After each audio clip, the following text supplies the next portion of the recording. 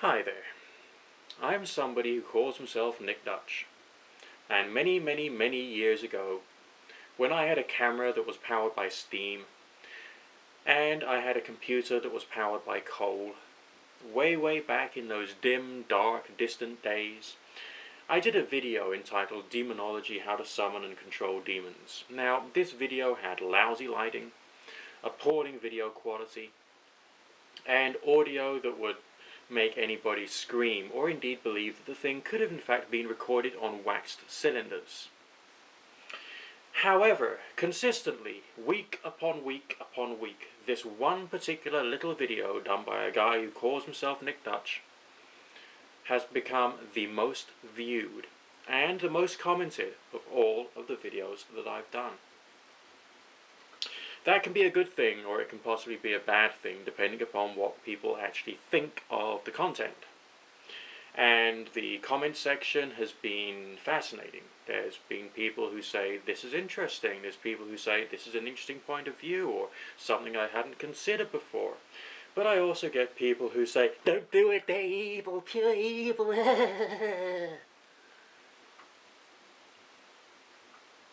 Am I the only person in the whole wide world who wants this type of person just to shut up?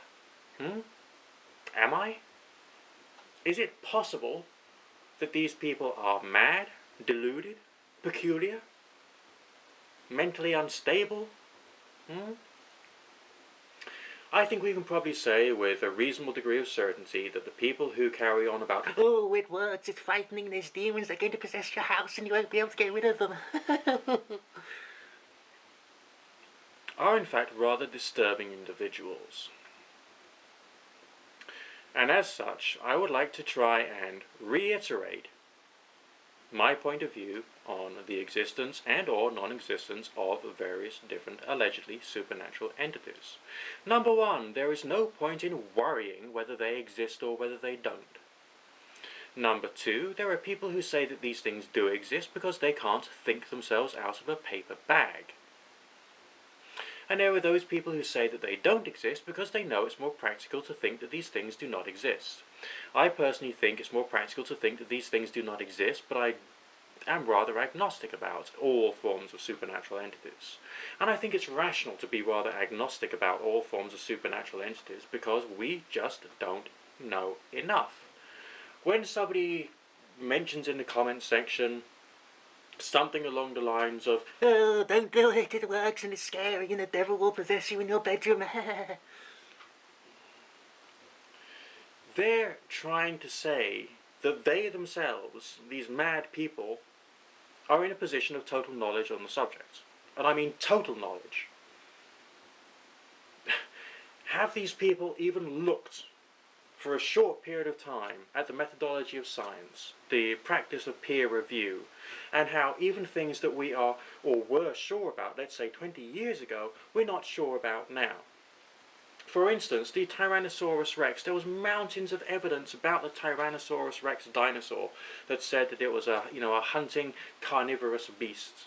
And nowadays, thanks to more evidence, and more methods of analysis and more comparisons, and basically more scientific methodology, the theory is now moving towards the idea that the Tyrannosaurus rex was in fact a scavenging creature rather than a hunting creature.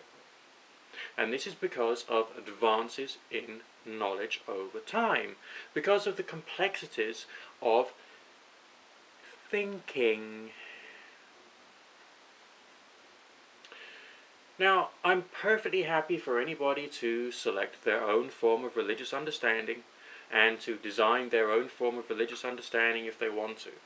But to go around trying to frighten people into submission, to try and make people superstitiously afraid and terrified of things that don't seem to have that much of a major impact upon our lives, seems really rather peculiar. It's almost as if these people who are going on about, oh, don't do it, it's scary and they're going to possess you in your bedroom, oh, they're evil, actually want you to go mad and lose the plot entirely. Not because you've been invoking demons or doing anything spiritual or allegedly supernatural, but through the fear and terror of what these people are talking about.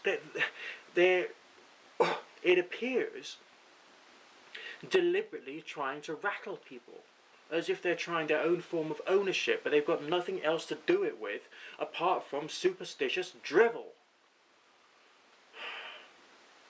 Now, the fact of the matter is, we don't know if these beings exist at all, but we can act as if they do under some limited meditational circumstances, which we can call religious ceremony or whatever, and we can try and see what happens in a very experimental, explorative way.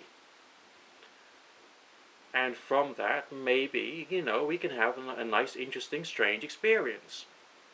But the strange and allegedly supernatural experiences do not prove the thing which they suggest. Alright? The only thing that they can prove is that you can have a strange experience. And these experiences are important because they say something about us as human beings. But what they don't do is to prove the objective existence of any form of supernatural being, energy, or entity under any circumstances whatsoever. Alright?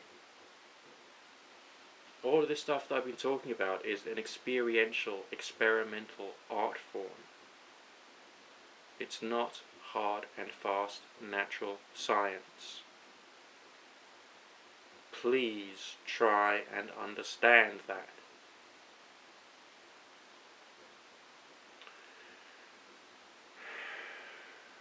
Speak to you in a while. Nick Dutch signing out for now. And I think I've even done this video without swearing. That's a miracle.